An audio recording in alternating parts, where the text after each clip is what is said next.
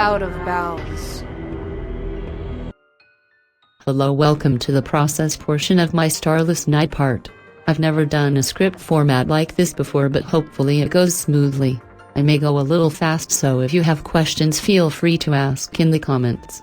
For this part, this is the guides, aka Spottedleaf's responds to J Feather asking where they were as he melts and the cave begins to shake and crumble. I actually added a bit to the script with host permission, but I'll get to that a little bit later. The guide's sculpt and texture was pretty standard, but I did have a separate texture with max roughness and 0 specular for her void parts so they wouldn't interact as much with light. Her rig on the other hand is a bit of a mess, since the part 1 have is basically all movement in the upper body, and the fact that she is kneeless. By the way, did you know that babies don't have kneecaps? Gives an issue with rigging her legs. She simply has limited movement and isn't very suitable for full body movement.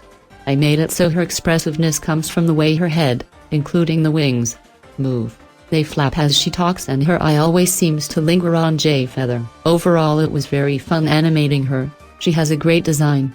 For the cave I simply extruded a cube inwards and made the standard cave shape with a grab tool, giving a rough, bumpy mesh with this same tool. I also added 2 stalactites, one big one and a small one to break off from the large one. Texturing was simply painting in Substance Painter and then adding a rocky material overlay to give the texture bump maps for a more cave wall-like appearance. For the goo water, I simply created a cube, smoothed it a bunch and gave it an ocean deformer, allowing for wave and ripples for animation. It's the very first time I used it and was worried about it crashing Maya, so I didn't go super in depth other than keyframing when I wanted it to be more active. When the stalactite drops, I couldn't get the waves to work the way I wanted to, so I simply created a sphere, gave it the water texture and keyframed its scale in a way to mimic wave displacement from falling into the water.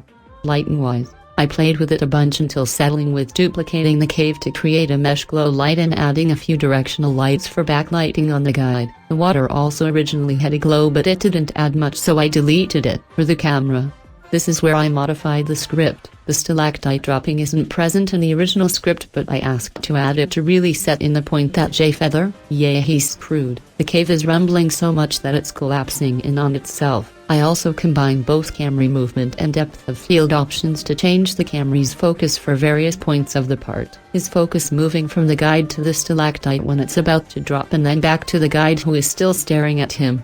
Overall, rendering took 10 hours for 100 frames.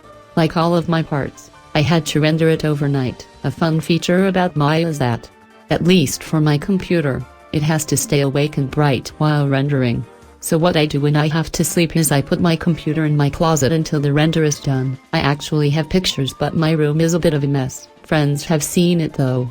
For editing I just needed to import my render passes. I did the base render, ambient occlusion which empathizes shadows, and specular which is a type of lighting. I could have done diffuse and transmission, but it wouldn't have added much for the extra time. After that I did a quick auto color and then added a glitch effect using stock footage from Footage Island. Check them out, their stuff is free to use. Thank you all for watching. I hope you enjoyed this, and again, feel free to ask questions in the comments. I want to do more of these in the future.